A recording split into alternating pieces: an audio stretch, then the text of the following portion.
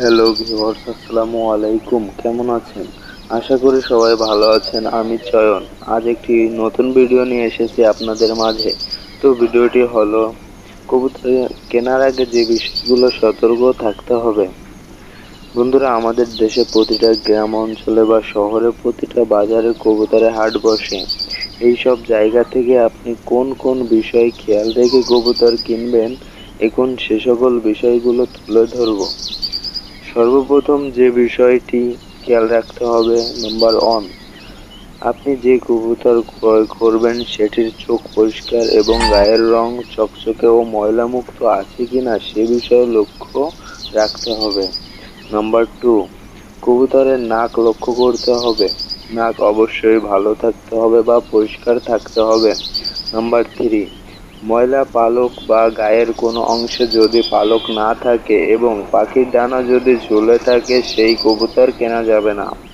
Number 4, কবুতরের শরীরে কোনো আঘাত বা জখম আছে কিনা সেদিকে লক্ষ্য রাখতে হবে। নাম্বার 5, যেসব কবুতরের মলত্যাগের রাস্তায় মল লেগে থাকে এবং লেজের রংটা অপরিষ্কার ও নোংরা, সেসব কবুতরের অনেক সমস্যা থাকে। নাম্বার 6, যে সকল কবুতরের নিঃশ্বাস বন্ধ হয়, হাঁপাতে থাকে, সেসব কবুতর কখনো কিনবেন না। নাম্বার 7, একটি সুস্থ কবুতর অনেক বেশি ছোটাছুটি করবে, লাফালাফি করবে এবং ডাকবেও বেশি। কিন্তু কবুতরের যদি ঠান্ডা লাগে, সে কবুতর দেখবেন ঝিমাতে, আর ঝিমানো কবুতর বেশি দিন বাঁচে না।